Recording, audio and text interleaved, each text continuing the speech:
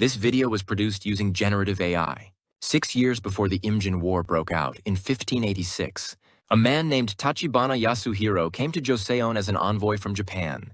He carried a letter from Toyotomi Hideyoshi, acting as an official representative of the Japanese ruler. Tachibana Yasuhiro was relatively friendly toward Joseon.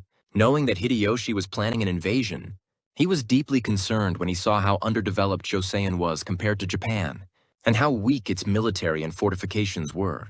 According to Joseon protocol, whenever a Japanese envoy entered the country, soldiers were lined up along the roads in each town, holding weapons to display military strength. However, the reality was pitiful. The soldiers wore ragged clothes without armor, and barely held rusty spears in poor condition. As he passed through Indong in Gyeongsang Province, modern-day Gumi, he saw civilians mobilized to stand along the road holding spears. Laughing at the sight, Tachibana said, "Why are these spear shafts so short?" He meant that such weapons were useless. When he arrived in Sangju, the local governor Song Yung-hyung hosted a banquet. During the feast, Tachibana remarked, "I have spent my life on battlefields, which is why my hair and beard have turned gray.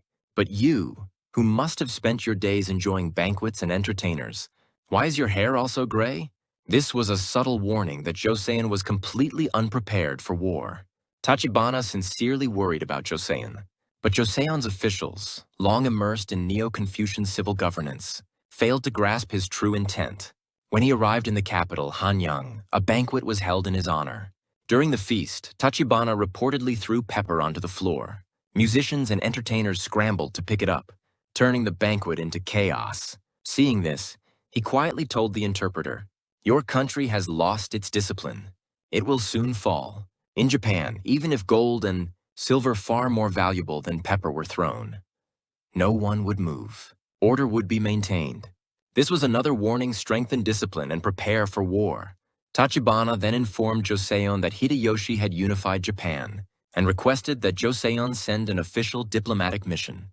However, Joseon dismissed him due to his gentle demeanor and only sent a congratulatory letter, refusing to dispatch an envoy. Furious, Hideyoshi saw this as an insult and executed Tachibana. In 1589, Hideyoshi sent Soyoshitoshi, the Lord of Tsushima, to Joseon to request an envoy again. Although Joseon initially resisted, it eventually agreed and sent a mission led by Hwang, Yungil, and Kim Seong-il. In 1590, the envoys arrived in Osaka, but had to wait months because Hideyoshi was away on a military campaign. This was a perfect opportunity to assess Japan's military and economy, but they failed to do so properly. Kim Seong-il, in particular, dismissed Japan as inferior because it did not follow Confucian norms. As a result, they underestimated Japan's true strength. After returning victorious, Hideyoshi delayed meeting them and treated them with noticeable disrespect. Eventually, he handed them a letter containing shocking demands. "I will conquer Ming China. Joseon must submit and show loyalty to Japan." Despite clear signs of impending war, the envoys returned with conflicting reports. Hwang Yun-gil warned, "Hideyoshi has the charisma to invade Joseon. We must prepare." But Kim Seong-il argued, "He is small and unimpressive. There is no need to worry." King Seonjo was bewildered by these contradictory reports. Meanwhile, Ming China had already gathered intelligence that Japan was preparing for invasion. Through active trade networks, even merchants reported that Hideyoshi's ambitions made war unavoidable. Yet Joseon remained isolated from these international networks and unaware of the global situation. Even just 2 years before the war, its envoys caused confusion rather than clarity. More critically, even if Joseon had recognized the threat, its system was not capable of preparing for war. The ruling elites lacked military experience, and the state lacked the financial resources to build armies, produce weapons, or strengthen fortifications.